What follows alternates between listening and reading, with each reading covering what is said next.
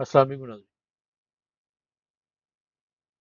دیوان غالب ہم دیکھ رہے ہیں الفاظ کے معنی اور اشعار کی مختصر تشریح کے ساتھ، اور آج غزل نمبر 12 پیش خدمت ہے۔ یہ غزل میں اشعار بہت مشکل ہے، لیکن اس میں بڑے خوبصورت خیال جو ہیں وہ پیش کیے گئے۔ اب اشعار کے معنی دیکھیے پہلے کہ شعلہ کے برقے سوز دل سے زہرائے ابرآب تھا۔ اب اس میں برقے سوز دل سے مراد ہوتا ہے دل کی جلن۔ برق بجلی کو کہتے ہیں، سوز ہوتا ہے جلن، اور دل دل، یعنی برقے سوز دل، یعنی ایسا دل کہ جس کے جلنے کی وجہ سے بجلی پیدا ہو گئی ہو، اس کا یہ مطلب بھی لیا جا سکتا ہے۔ اور آگے لفظ ہے زہرہ ابراب، یعنی ہوتا ہے پانی ہونا، یعنی بہت ڈر جانا، جیسے ہوتا ہے نا پانی پانی ہو جانا یا پانی پتا ہو جانا۔ زہرہ جو ہے اور ابراب، اس کو کہتے ہیں کہ یعنی کسی کا نا پانی پتا ہو جانا، یعنی بہت ڈر جانا۔ اور دوسرا لفظ میں شعلہ جوالا، یعنی چکر کھانے والا گولا، جیسے ایک رسی کے آگے آگ کو باندھ کر ایسے گھمایا جائے تو وہ گولے کی شکل میں ہوتی ہے، اس کو کہتے ہیں شعلہ جوالا۔ اور ہر ایک ہلکا ایک گرداب تھا۔ گرداب جو ہے وہ کہتے ہیں بھور، ہلکا ہوتا ہے دائرہ، تو بھور کا دائرہ۔ اس کے بعد شعر دوسرا دیکھیے، وہاں کرم کے عذر بارش تارا گیرے خرام، عذر بہانا، وجہ، اور اناگیر خرام روکنے والا، گریا کہتے ہیں آہوزاری کرنا۔ اور یہاں پہ پمبا بالش یعنی روئی کا تکیہ آپ کہہ سکتے ہیں۔ اور کف سیلاب، کف کہتے ہیں بلبلے کو، سیلاب یعنی سیلاب پانی کا بلبلا۔ اور شعر نمبر تیسرے میں مشکل آواز، وہ خود ارائی کو تھا موتی پرونے کا خیال۔ خود ارائی کہہ سکتے ہیں آپ کہ خود کو سنوارنا۔ اور دوسرے مصرے میں یا ہجوم اشک میں تارے نگاہ نایاب، یعنی باریک لکیر، تارے نگاہ نایاب، باریک لکیر، ایسی لکیر جس کو نظر نہ دے سکے، یہاں بری ہو نایاب ہو، یعنی وہی باریک لکیر کے لیے یہ تارے نگاہ یاب جو ہے یہ لفظ استعمال ہوا۔ اس سے آگے چلے کہ جلوہ گل نے کیا تھا وہاں چراغ آبجو، جلوہ گل پھول کا نظارہ، اور چراغ آبجو پانی پر چمکتا ہوا دیا، یہاں رواں چشمے تر بھیگی ہوئی آنکھ، اور خون ناب، خون الہدا آنسو، یعنی ایسا آنسو جس میں خون بھی شامل ہو۔ اور یہاں سرے پر شور بے خوابی سے تھا دیوار جو، دیوار جو نہر کے کنارے بنی ہوئی دیوار، فرق ناز، ناز و انداز کا فرق، محف بالش کم خواب، یعنی محف بالش کم خواب، قیمتی رنگین، یعنی کہ آپ کہہ رہے ہیں یہاں ریشمی تکیے میں، یعنی قیمتی اور رنگین جو ہے وہ موتی دار ریشمی تکیہ، اور بساط صحبت احباب، دوستوں کی صحبت کا بچھونا، بساط، صحبت احباب، بساط ہوتا ہے بچھونا، اور صحبت احباب دوستوں کی محفل یا دوستوں کی صحبت جو ہے۔ اور یہ پیچھے لفظ بولا محفش بالش کم خواب، یعنی ایسا قیمتی یا رنگین، قیمتی اور کو، یا اس کو آپ یہ کہہ سکتے ہیں کہ رنگین بوٹی دار ریشمی تکیہ۔ اس کے آگے چلیے، فرش سے تھا عرش وہاں طوفان تھا موج رنگ کا، یہاں زمین سے آسمان تک سوختن کا باب تھا، موج رنگ رنگوں کی لہر، سوختن جلنا بسم ہونا، ناگہاں اچانک، یکا یک۔ اور خون آبا اشک، خونی اشک، اور ذوق کاوش ناخن، یعنی ناخن سے کھرچنا، کھودنا، اور لذت یاب، لطف ہونا یا لطف ہونے والا۔ تو یہ تین الفاظ کے معنی۔ اب دیکھیں، کوشش کرتے ہیں کہ غالب اس پہ کہنا کیا چاہ رہے ہیں۔ پہلا شعر کہ شعلہ کے برقے سوز دل سے زہرہ ابراب، شعلہ جوالا ہر ایک حلقہ گرداب تھا، یعنی شعلہ برق سوز دل سے زہرہ ورام. یعنی رات غم ہجر میں میرے دل کی جلن سے، یعنی سوز دل سے، میرے دل کی جلن سے جو بجلیاں نکل رہی تھی، یعنی برقے سوز دل، یعنی دل کی جلن سے جو بجلیاں نکل رہی تھی، انہوں نے بادل کا ظہر ابراب، یعنی ہوتا نا، یعنی پانی پتہ کرنا، ڈرا دینا، تو انہوں نے بادل کا پتہ پانی پانی کر دیا، یعنی ان بجلیوں سے بادل بھی ڈر گیا. نتیجہ یہ ہوا کہ ایک سیلاب آ گیا جس میں جا بجا بور پیدا ہو گئی. یعنی پانی کی یہ کثرت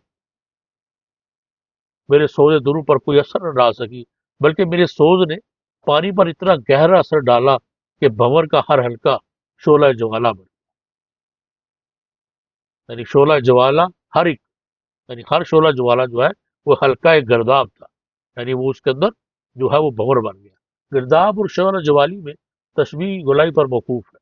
جیسے سوز دل نے پانی کو آگ کی شکل میں تبدیل کر دیا، یعنی سوز دل ایسا تھا کہ جس کے جو پانی تھا وہ اس نے جو آگ کی شکل اختیار کر لی.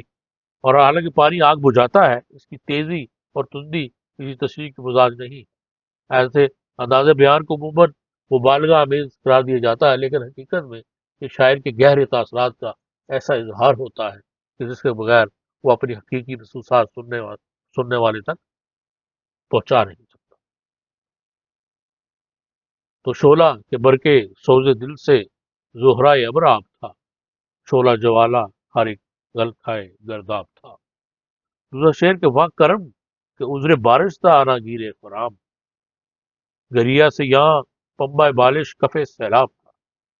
یعنی محبوب کی مجھ پر مہربانی کا ارادہ کیے بیٹھا تھا، وہاں کرم کو، مگر عذر بارش تھا آنا گیرے خرام، مگر یکا بارش شروع ہو گئی اور اس سے روانی سے رک جانے کا معنی مل گیا. یعنی محبوب مجھ پر مہربانی کرنے والا تھا آنے کے لیے، لیکن بارش آ گئی تو اس کو یہ بہانہ مل گیا کہ نہیں جانا. وہاں کرم کو، یعنی پہلے کرم کرنے کا اس کا ارادہ تھا، عذر بارش تھا نہ گیرے خراب، کہ اس نے عذر بارش جو ہے، بارش کا بہانہ بنا لیا. گریا سے یہاں پمبا بالش کفے سیلاب تھا، یہاں یعنی عاشق کے ہاں روتے روتے ایک تند و تیز سیلاب آ گیا اور اس کے تکیے کی روئی اس سیلاب کی جاگ بن گئی. پمبا بالش کفے سیلاب، یعنی وہ سیلاب جب آتا ہے تو اس کو جو جاگ سی آتی ہے، یعنی وہ اتنا رویا کہ اس کے تکیے کی جو روئی تھی وہ اس پانی کے اوپر آئی ہوئی جاگ کی طرح جو ہے وہ بن گئی. تو وہاں کرم کو عذر بارش زار گیرے خرام، دریا سے یہاں ممبا بالش کفے سیلاب تھا. وہاں خود اور آئی کو تھا موتی پرونے کا خیال، یہاں ہجوم اشک میں تارے نگاہ نایاب تھا. یعنی وہاں محبوب کو بناؤ شگار کرنے اور بننے ٹھنڈے کے سلسلے میں یہ خیال تھا کہ بال بال میں موتی پروئے جائیں. یعنی وہاں خود اور آئی کو، یعنی اپنے آپ کو سنوارنے میں اس کو یہ خیال تھا کہ ہر بال میں ایک موتی پرو دیا جائے. لیکن قریب عاشق کی آنکھوں سے آنسو کا طوفان اس انداز میں بہہ رہا تھا، یا ہجوم اشک میں تارے نگاہ نایاب تھا، کہ جو عاشق ہے دوسری طرف، اس کی نگاہوں سے، اس کی آنکھوں سے آنسو کا اس طوفان بہہ رہا تھا کہ نگار کا تار بھی گم ہو گیا. تو اسے آگے چلیے کہ جلوہ گل نے کیا تھا وہاں چراغ آبجو، یہاں یہاں کو یہاں لکھا ہوا ہے یہاں رواں چشم تر سے خون ناب تھا.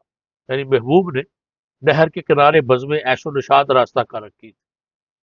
جلوہ گل نے کیا تھا وہاں چراغ آبجو، یعنی نہر کے کنارے بزم عیش و نشاط راستہ کر رکھی تھی، اور ہر طرف تختہ گل نظر آ رہے تھے. پھولوں کا عکس نہر کے پانی میں پڑتا تھا تو معلوم ہوتا تھا کہ پانی کے اندر چراغ جگمگا رہے ہیں. جلوہ گل نے کیا تھا وہاں چراغ آبجو، یعنی جلوہ پھولوں کا اس طرح کا عکس پڑتا تھا پانی کے اندر کہ لگتا تھا جیسے اس کے اندر چراغ جگمگا رہے ہیں. اس کے برعکس عاشقہ یہ بھی نقشہ تھا کہ اس کی روتی آنکھوں کی پلکوں سے خالص خوناب بہ رہا ہے. یعنی خوناب ایسا آنسو بہ رہے ہیں، یہاں رواں چشم تر سے خوناب تھا کہ اس کی آنکھوں سے ایسے آنسو بہ رہے ہیں کہ جس کے اندر خون بھی شامل ہے. اور آگے لکھتے ہیں کہ یہاں سرے پر شور بے خوابی سے تھا دیوار جو، وہاں وہ فرق ناز محو بالش سے کم خواب تھا. یہاں پہ عاشق کفیت یہ بھی کرتے ہیں کہ اسے نیند نہیں آتی تھی، اور اس کا وحشت بھرا سر دیوار کی تلاش میں تھا تاکہ اس سے ٹکرا کر مر جائے۔ یہاں سرے پرشور بے خوابی سے زیادہ دیواریں جو، یعنی وہ جو بے خوابی سے سر جو کی حالت یہ تھی کہ لگتا کہیں دیوار ملے اور اس کو ٹکر مار کر مر جائے۔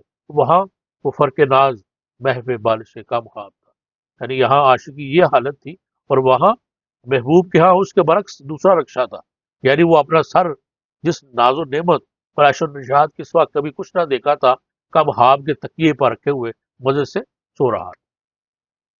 یہاں نفس کرتا تھا روشن شمع بزم بے خودی، جلوہ گل وہاں بساحت صحبت احباب تھا، یعنی محبوب کی بزم کا فرش پھولوں سے بھرا ہوا تھا، اور وہ دوستوں سے عیش و نشاط میں مشغول تھا، اور عاشق کے دل سے جو سوز اٹھتا تھا اس نے سانس کو بھی سراپہ آگ بنا دیا تھا، اس لیے سانس عاشق کی مجلس سے بے خودی میں شمع بن گئی۔ محبوب کی بزم میں پھولوں کی کثرت کا نتیجہ یہ ہوا کہ اس کا فرش جلوہ گل کا نقشہ پیش کرنے لگا۔ یعنی ان سب اشعار میں غالب جو ہے وہ محبوب کی طرف سے، محبوب کی طرف سے اور عاشق کی طرف سے بیان کر رہے ہیں کہ محبوب کی طرف سے نقشہ کھینچتے ہیں کیفیت کا، اور آپ عاشق کی طرف سے بھی انہیں نقشہ کھینچا ہوا ہے کہ یہاں نفس کرتا تھا روشن شمع بزم بے خودی، جلوہ گل وہاں بساط صحبت احباب تھا۔ یعنی عاشق کے دل سے جو سوز اٹھتا تھا اس نے اس کی سانس کو بھی سراپہ آگ بنا دیا تھا، اس لیے سانس عاشق کی مجلس کی بے خودی میں شمع جو ہے وہ بن چکی تھی، اور ادھر محبوب کی بزم میں پھولوں کی کثرت کا نتیجہ یہ ہوا کہ جلوہ گل وہاں بساط صحبت احباب تھا، کہ اس کا جو فرش ہے وہ جلوہ گل جو ہے اس کا نقشہ پیش کر رہا تھا۔ آگے فرش سے تا عرش وہاں طوفان تھا موج رنگ کا، یہاں زمین سے آسمان تک سو ختن کا باب تھا، یعنی محبوب کے ہاں فرش سے عرش تک رنگ کی لہروں کا طوفان تھا، یعنی عیش و نشاد اور رنگینی اور شادمانی کی محتاج تھی، اور اس کے برعکس عاشق کے ہاں زمین سے آسمان تک ہر چیز جل جانے والی اور جلا دینے کے قابل تھی، یعنی فرش تارش وہاں تھا موج رنگ، یعنی وہاں رنگ رنگینیاں تھی فرش سے لے کے عرش تک، اور یہاں زمین سے آسمان تک کیا تھا کہ جلانے والی، جلنے والی اور جلا دینے والی چیزیں تھیں، یعنی محرومی اور انتہائی کی غمگینی کے سوا کچھ نہ تھا۔ اس میں بھی غرض جو ہے وہ محبوب اور عاشق کی کیفیت بیان کرنے کی ترتیب انہوں نے بدل دی۔ ناگہاں اس رنگ سے وہ نامہ ٹپکانے لگا، دل کے ذوق کاوش ناخن سے لذجاب تھا۔ یہاں پہ خنابہ خالص خون، جہاں مراد خون کے آنسو، یعنی میرا دل ناخن غم کی کاوش سے لذت پائے ہوئے تھا۔